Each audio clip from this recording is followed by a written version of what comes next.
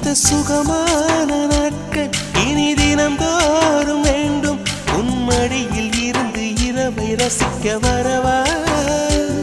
அடி உன்னை காணத்தான் நான் கண்கள் வாங்கினேன்